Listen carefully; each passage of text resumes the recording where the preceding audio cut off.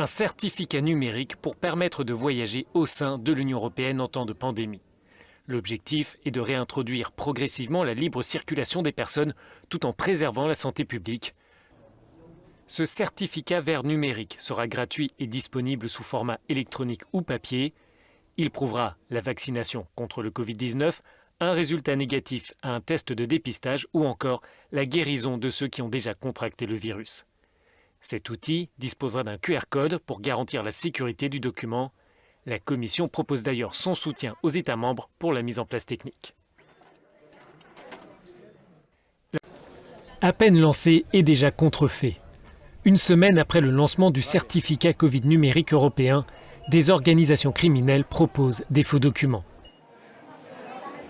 La police italienne a démantelé 10 réseaux sur la messagerie cryptée Telegram. Ils étaient liés à des comptes anonymes sur le dark web qui permettaient d'entrer en contact avec des vendeurs qui exigeaient alors des paiements en crypto-monnaie. Les criminels proposaient des faux documents et de faux vaccins.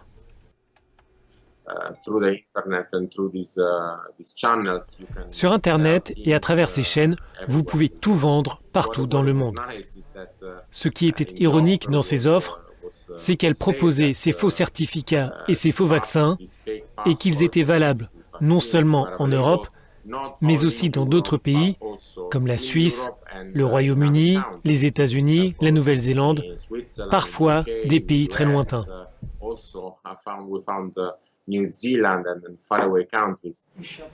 Les prix étaient compris entre 100 et 150 € en fonction du forfait.